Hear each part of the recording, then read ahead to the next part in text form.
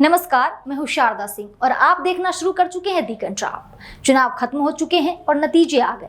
नरेंद्र मोदी तीसरी बार प्रधानमंत्री पद की शपथ ले ली है। वहीं दूसरी तरफ टीडीपी और जेडीयू में मंत्रिमंडल को लेकर गहमागहमी चल रही है। इसी बीच चुनाव आयोग के जो आंकड़े जारी हुए हैं, इसको लेकर पत्रकार समेत लोग क्या सवाल उठा रहे हैं, आइए सोशल मीडिया पर जानते हैं। अलका लांबा लिखती हैं कि टाइम्स ऑफ इंडिया की खबर है कि चुनाव आयोग द्वारा जारी आंकड़े के अनुसार उत्तर प्रदेश में चुनाव के 7 चरणों की समाप्ति के बाद कुल ईवीएम वोट 8,77,23,028, मतगणना में कुल ईवीएम वोट 8,76,75,134। देश में कई सीटों पर हार जीत का अंतर 1,000 वोटों से भी कम रहा। ऐसे में 4,78,194 वोट रद्द होना संदेह पैदा करता है। प्रेम कुमार लिखते हैं कि ईवीएम के जरिए हुआ बड़ा गोलमाल, इलेक्शन कमीशन भी नहीं छिपा सका है गोलमाल। ये रिपोर्ट्स टाइम्स ऑफ इंडिया में अरविंद चौहान की है। सिर्फ यूपी के आंकड़ों पर गौर कीजिए, फिर उससे पैदा होने वाले सवालों पर भी।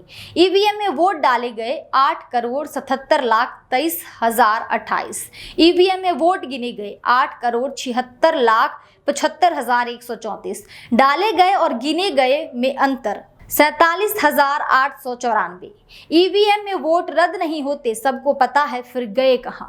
जिन 15 सीटों पर यह आश्चर्यजनक चीजें हुई हैं, उनमें वाराणसी, रायबरेली, अमेठी, कन्नौज, मैनपुरी, लखनऊ भी शामिल है। इन 15 सीटों में 7 पर बीजेपी की जीत हुई है तो 2 पर कांग्रेस की। बाकी बची 6 सीटों पर समाजवादी पार्टी की जीत हुई।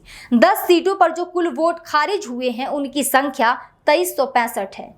3 सीटों फूलपुर, सलेमपुर और अमेठी में 2036 वोट अतिरिक्त गिने गए हैं। ये वो आंकड़े हैं जो अधिकृत हैं और चुनाव आयोग ने काफी कुछ पर्देदारी करने के बाद सार्वजनिक किए हैं, मगर ये आंकड़े ये बताने के लिए काफी है कि ईवीएम के जरिए गोलमाल हुआ है। बड़ी जांच की आवश्यकता है। यह कहकर नहीं बचा जा सकता है कि ये आंकड़े चुनाव के नतीजे प्रभावित नहीं करते। ये नतीजे चुनाव को प्रभावित करने की सफल कोशिशों के प्रमाण हैं। मनीषा चौबे लिखती हैं कि चुनाव आयोग ने यूपी में ईवीएम के 47,894 वोट रद्द किए। ऐसा क्यों किया?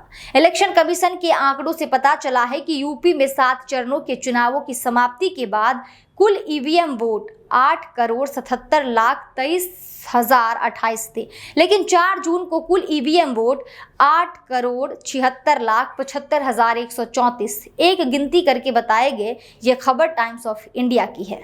अंकित मयंक लिखते हैं कि big breaking, Congress to move supreme court on EVM, counting rigging in Bansgaon UP. Congress candidate Sadal Prasad was leading until a point when electricity was cut off. Soon BJP candidate was declared winner. Rahul Gandhi and Priyanka Gandhi has spoken to Sadal Prasad and assured full support, hoping for proper justice in Supreme Court under CJI Chandrachud.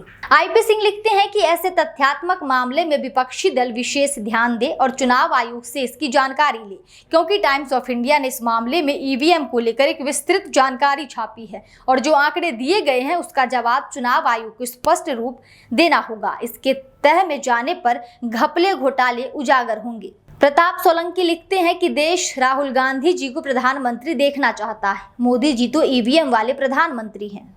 The Quint लिखता है there's a mismatch between election commission data on EVM votes polled and counted in several constituency in the 2024 Lok Sabha election. For instance 3,811 votes surplus votes were counted in Assam, Karimganj. What does this mean? इस खबर पर आपकी क्या राय है? Comment section में हमें जरूर बताएं। वीडियो पसंद आ रहा तो वीडियो को लाइक करें और चैनल को सब्सक्राइब करना ना भूलें। देखते रहिए दी कंट्राप। शुक्रिया।